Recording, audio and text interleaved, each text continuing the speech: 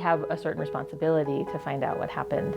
The dead can't talk, but they can tell you so much if you know how to listen. They handle the most difficult situations that some of us will ever imagine in our life, and they handle it every day, 24 hours a day. A specialized sector giving a voice to those rendered voiceless, getting killers off the streets. Relieved. No, we're relieved. The work is heavy. They're not calling the coroner when they're almost dead, or they're not calling the coroner if there's a chance they could be saved. There still is kind of a stigma around death and people who are working in death. There's a shortage of medical examiners, and there's a shortage of facilities. Leading to strain and delays. And to know that they were murdered and the way they were murdered, and it was just horrific. The stakes couldn't be higher. Could you get justice for victims without them? Absolutely not. Tonight, the vital needs in a dying field. Is it a desperate time? Yeah.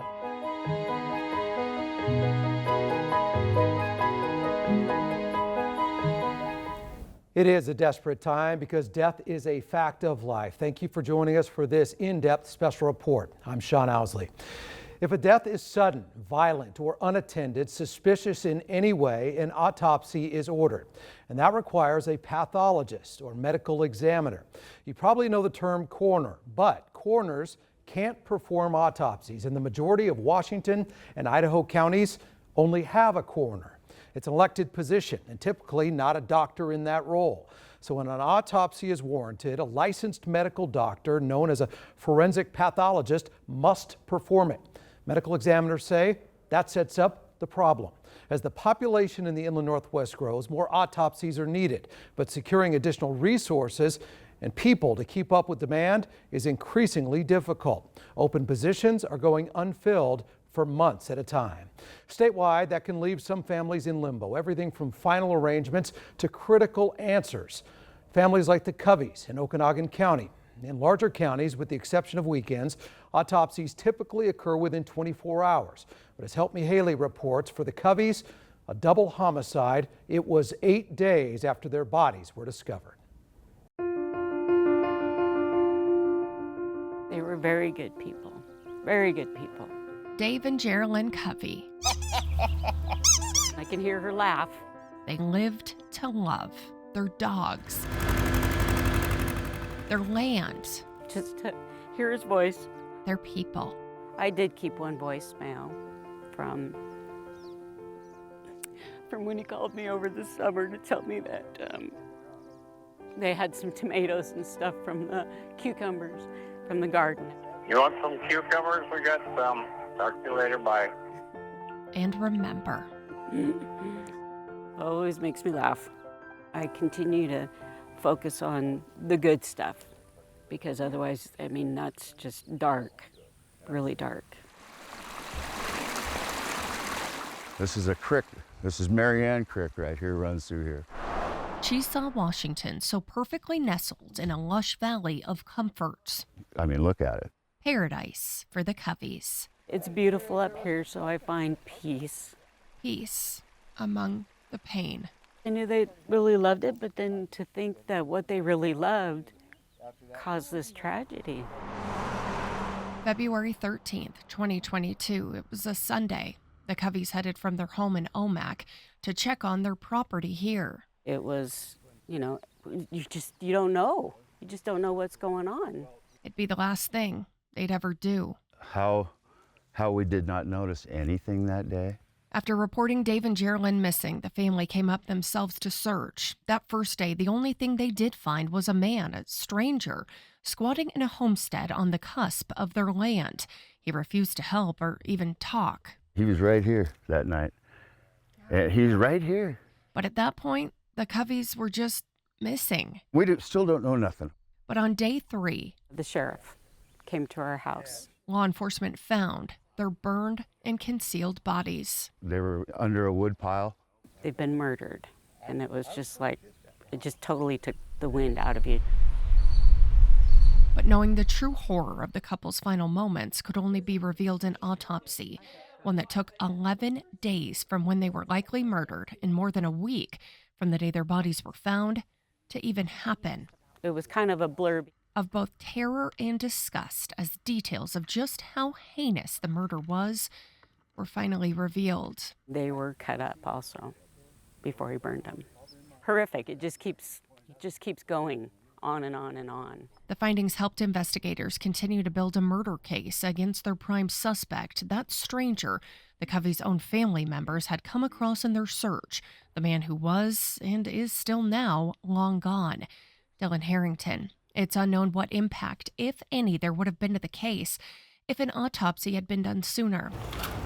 Okanagan County Coroner Dave Rodriguez says the delay certainly wasn't from lack of trying. You're kind of at their mercy. I was figuratively on my hands and knees, like, please, I don't have any other options. He's talking about the counties in Washington that have the personnel, forensic pathologists, and facilities required for autopsy. Having those resources is dependent on a county's population. For smaller counties, like Okanagan, coroners are elected officials who investigate deaths and then do the referral for autopsy when needed.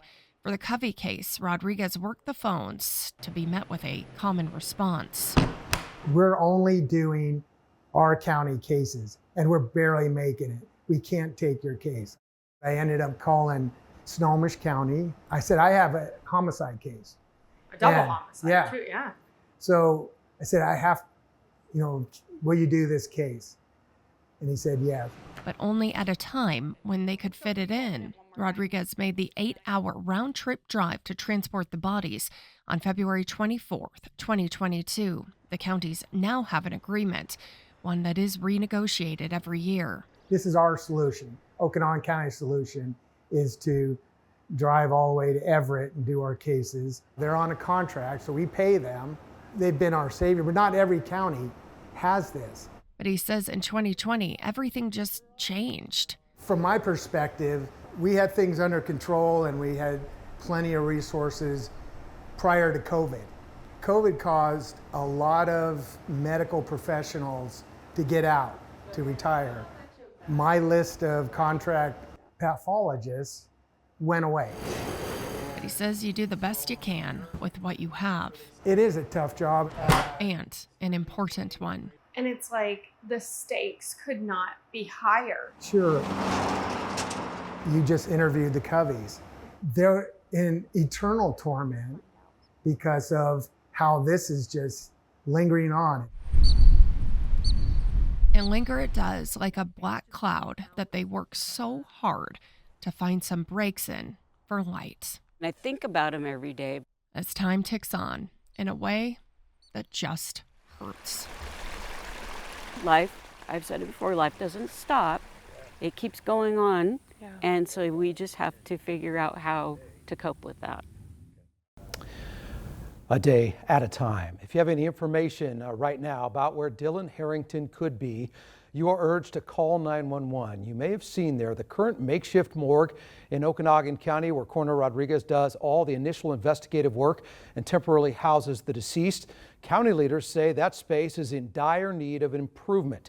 They are in the process of getting that, but this is what they have now. Remodeling is underway. We're told it should be done by this fall. It's an investment other counties across state lines are making too. Kootenai County also revamping their space. For years, they have contracted with Spokane County for autopsies. But if plans are approved, they will one day be self-reliant by breaking ground on their own autopsy designated area. The Kootenai County coroner says more people are coming, but fewer people are showing interest in this dying field. Here's Haley. It ripped your heart out again and stomped on it. That's the only way the grieving parents of Kendi Howard can describe having to sit through the trial of their daughter's killer, her husband. Relieved. We're relieved. And it never would have happened. This trial took a long time. Without the tenacity of Kootenai County. And a prosecutor's job is to find the truth. And in this case, the truth is that Dan Howard murdered Kendi Howard and then staged her death to look like a suicide. Kendi's death was initially ruled to be undetermined by former Spokane County Medical Examiner John Howard, no relation to Dan. But Kootenai County felt this was a murder, fueled by a deputy coroner's photographs and thorough records of Kendi's many injuries. An outside expert reviewed the material and agreed, laying it out for the jury. Ms. Howard died of homicide. Dan Howard was convicted of strangling Kendi and staging a gunshot wound to try to cover up his crimes. Meticulous documentation by that deputy coroner helping get him caught. The prosecutor's office told us it was her pictures that was able to determine that no, this person was dead before they were in the tub. Kendi's case is one example of many that Kootenai County Coroner Dr. Duke Johnson, or Dr. Duke as everyone here calls him, says makes him proud. The entire justice process begins with you. It does. It does. And that's really what called Dr. Duke to serve his community in this way for both the living and the dead. You have to see the greater good, because I might be picking up something congenital that the family needs to know. I might be picking up a brand new street drug that could be horrible and the rest of the community needs to know it. Dr. Duke is an Idaho native, but his extensive medical career did take him out of state. I started off as a level 1, level 2 trauma doc in Southern California, and I've taught preventive medicine in 30 different countries around the world. Experience he's brought back to Kootenai County. How rare is it for a coroner to also be a medical doctor? In the state of Idaho, very, very rare. He's hoping to use his unique skill set to help a field and industry that's dying. There's a shortage of medical examiners and there's a shortage of facilities, leading to strain. The whole area is growing. As population grows, it's only going to put more on everyone. Even though he is a doctor, he's not a forensic pathologist, meaning the contract with the Spokane County Medical Examiner's Office is critical for autopsies. The cost for each ranges from $1,800 to upward of $3,000. Most coroner's offices send 30% of the cases they get to autopsy. Well, our staff is so experienced, we only send 12%. A number that they need to reduce even further. But if they can't, our only alternative is to go to another autopsy center in Seattle, Boise, Missoula. But they struggle to keep up with their own counties. That's why he's pushing to get a center of their own. Nobody likes to talk about death. There's a point where somebody has to rise this to a higher level of priority rather than always having it be last. And he's willing to be that person. It's a point of maturity. I mean, come on. This is going to happen to everybody. Therefore, let's fund it. And as you saw there, just because a coroner's office does not handle the actual autopsy, their work is still crucial. They respond to the death scene, take extensive records and photographs, review medical history, and then follow up. Still to come on the dying field, while the immediate future of resources in forensic pathology may be murky, the long-term prospects are more hopeful, thanks to the dedicated work of those whose passion is bringing new life to a dying field. But first, there are times where it seems where we don't know if we have a homicide or a suicide or even accidental death. We rely on them to decide where do we go from here.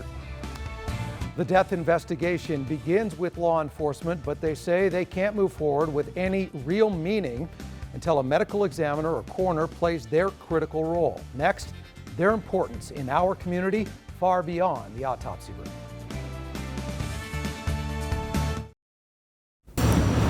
Well, we know how vital a medical examiner's office is when it comes to determining someone's cause and manner of death.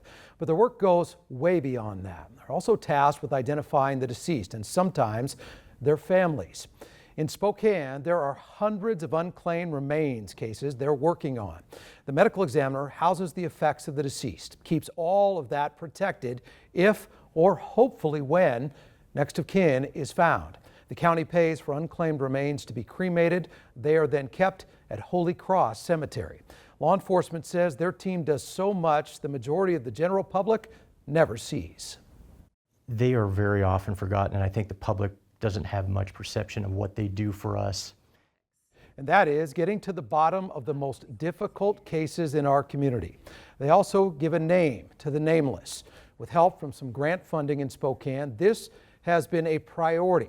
rapid advancements in genetic genealogy have brought massive success in cases dating back decades. Cases like Clifford Wayne Bippus. The Army veteran's remains were found in a North Spokane landfill back in 1989, and attempts to ID him went nowhere for years. Fast forward 34 years later, in July of 23, the company, Othram, finally helped the Spokane ME's office identify him. Long overdue closure for the forgotten. Next, we go in depth with Spokane County's medical examiner, Dr. Veena Singh, as she tackles increasing cases and staffing shortages with dedication, all to try to make this community better. Well, Dr. Veena Singh serves as Spokane County's medical examiner. She took over in 2021. As a forensic pathologist, she conducts autopsies herself and then oversees the work of her team. Last year, her staff of 17 performed 862 autopsies. In 2001, that number was under 400. Those numbers align with our population increase. And a portion of those cases are from outside of Spokane County. 195 were from referral counties. But with Spokane's own complex cases, they're having to cut back. Dr. Singh spoke with Help Me Haley and says recruiting and community outreach are what this profession needs. We gather here today with heavy hearts as we remember Ruth Bell Waymeyer. It's a service and proper grave marking that's been 4 decades in the making. I find comfort that Ruth has her birth name and that she knows that she was loved and she has family members that love her. Family members who were robbed of ever meeting Ruth Waymeyer. Her killer made sure of that when she was dismembered and dumped. A torso was discovered in 1984 by a couple of fishermen. Fast forward into 1998, a skull was found near Sacred Heart. They were able to, at that time, to determine that's the same person. But it would take developments in forensic genealogy to finally reveal Ruth's name. The process to get there, to name the nameless, so passionately pushed by this office. And it's great to see that extra set of eyes and a different perspective. They're kind of a hybrid. They're half cop and half scientist. Takes a unique person. It does. Those were those little pieces of tissue that I was telling you about. A person like Dr. Veena Singh. I find it so fascinating. I sort of evolved into forensic pathology. I was doing my residency or kind of more advanced post-medical school training in surgery. And then I realized that there was this whole other area of surgery, which was autopsy. And then I was like, oh, I didn't even know that existed. I found it.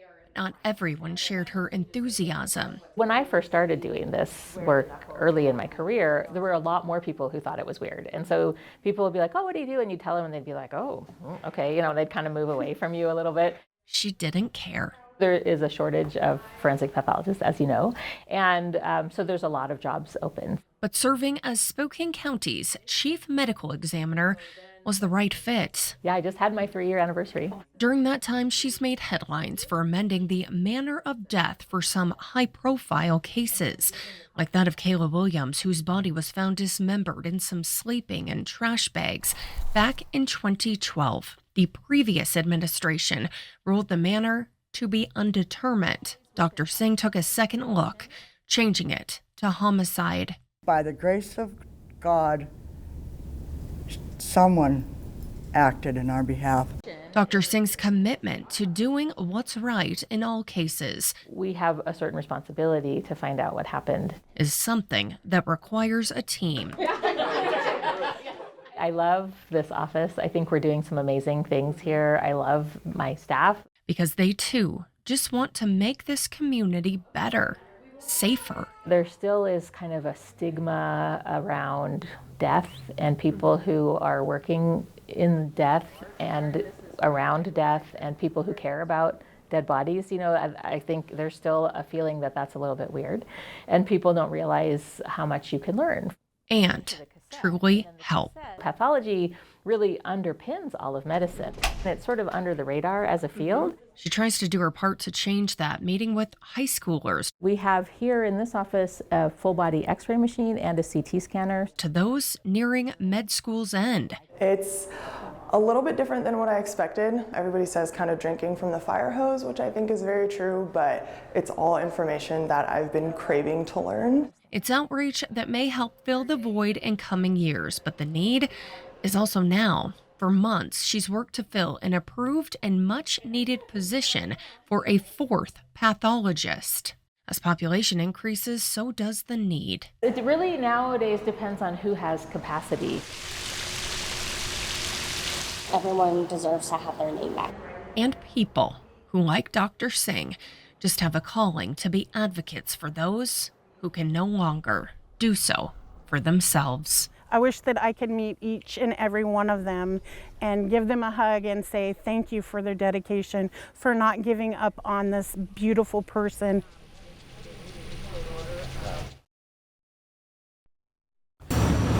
So you have seen how valuable the work of a medical examiner's office can be. So who will carry this torch of resolve into the next generation?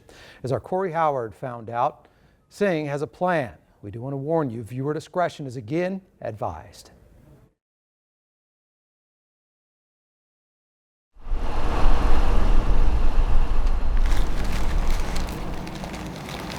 There's an old saying, tell me and I forget. Let me get a grip on it. Teach me and I may remember. Thank you.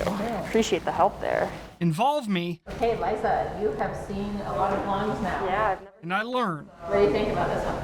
And Liza LaFrance is certainly involved and learning. So it has 2 lobes, so it would be the right lung, right? And there's no question of if she'll remember moments like these. You have another chance, Liza. So would it be the left? Trying to identify if the lungs and other various organs laid out in front of her on a cold metal gurney are human or not. They'll hand me a lung and I'm like, this is a liver, right? And they go, no. After 2 months, Liza is finishing up her last week of her internship with the Spokane County Medical Examiner's Office. We only take the very best. The most amazing, amazing. It's an opportunity Dr. Veena Singh says is pretty rare in this field, but for Liza, sort of runs in the family. My uncle was a mortician, so I grew up with that stuff. So the idea of working around dead people wasn't that, well, okay, even for Liza, there were some hesitations. I will call my parents and I'll be like, yeah, you know, I had a body today and I got to do this and this. And they're like, that's disgusting, Liza. Why would you ever say that to me? Let's do hands and neck. Dr. Singh says it's those kinds of teaching experiences that will ultimately lead to the future of her profession through her internship program. You have to take the time or carve out some time to do that. The goal is to get more people into the pipeline because there is this shortage of people. To open up the door for those with a curiosity. It's a good way to get people kind of in the field, in the mix, and potentially launch them into a career. To expose them to what really happens in a medical examiner's office. It is very interesting work, but it's not, sometimes it doesn't smell nice, and sometimes you're in unpleasant environments, and sometimes you're seeing terrible things. And for some, well, it doesn't always work out. Even if people decide like, oh, this isn't for me, that's valuable too, right? But for others, I learned so much more here in my internship than I did in my A&P courses. Like Kate Sire, I interned at the office for 6 months. The internship program is the first step to a new career. After that, I got hired on as an autopsy assistant. And after 1.5 years of shadowing Dr. Singh and the rest of the staff, she's setting her sights even higher. My current plan is to apply to medical school in hopes of being a forensic pathologist. It's certainly not easy to stare death in the face every day. It's a field that's kind of hard to understand unless you're in it. But while there is a medical job to do day in and day out, both Liza and Kate have learned in this Academy of Mortality, the real job is providing closure for those laid out before them. You know how people will go to like a mortuary and be like, this is horrible. I don't see it that way. I see it as people being able to move on, kind of like we're giving a conclusion. Every case that I'm involved in is helping kind of tell that individual's story when they no longer are able to. And now, on this Monday morning, not ones to waste an opportunity to learn. When we see something that would be a good teaching tool, we'll take some extra photos of it to have in our teaching set. Dr. Singh. This looks like rib. And Kate, the one-time intern herself, Stand with Liza next to a gurney full of body parts. In a human lung, right, your airway would be coming down here. With another hands-on learning experience laid out before them. Would you see this generally in a human lung? No, right? Human lungs a lot cleaner. Yep. Before ultimately determining these lungs and various other parts found by someone over the weekend are not, in fact, so good. This so far, we don't have a murder scene. Human. It's not human, so it does not fall under our jurisdiction. Most likely from a deer. Try not to reach you there. But the next case, a man that has a lot of injuries and multiple different stories about how he sustained the injuries, is another chance for learning and another chance for that man's family to experience closure. That really does mean a lot. Those in this dying field say they desperately need more resources and more people. If you'd like to know more about what the coroner and the medical examiner does, we've linked information in nonstoplocal.com under the Help Me Haley tab. For Nonstop Local KHQ, I'm Sean Owsley.